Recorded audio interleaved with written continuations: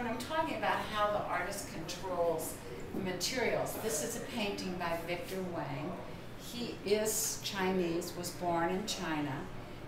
The people that he paints are all Anglo, which is a story about his coming to America, about his life in America, and yet there's an awful lot about Chinese in it too.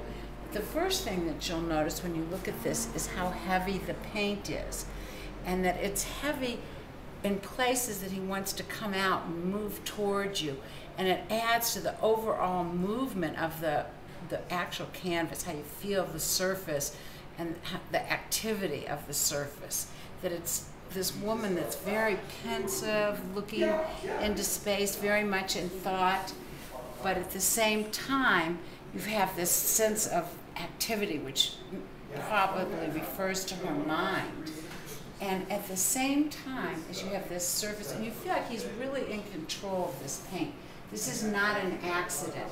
This heavy part that's called in painting terms impasto, that's enriched by the surface.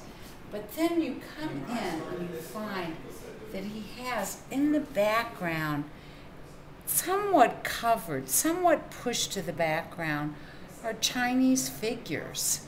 And in places there's Chinese, you'll see some other, slightly difficult to determine what it is, but you know there's something under there.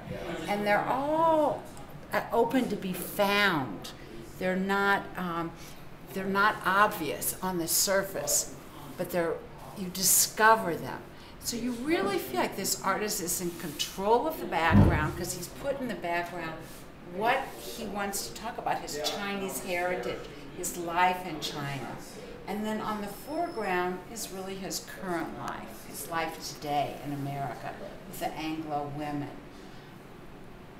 The sunflowers are in almost every piece of his work. He lived in northern China where sunflowers grew prolifically. And as a child, he remembers playing hide and seek with his brother in among the very giant sunflowers.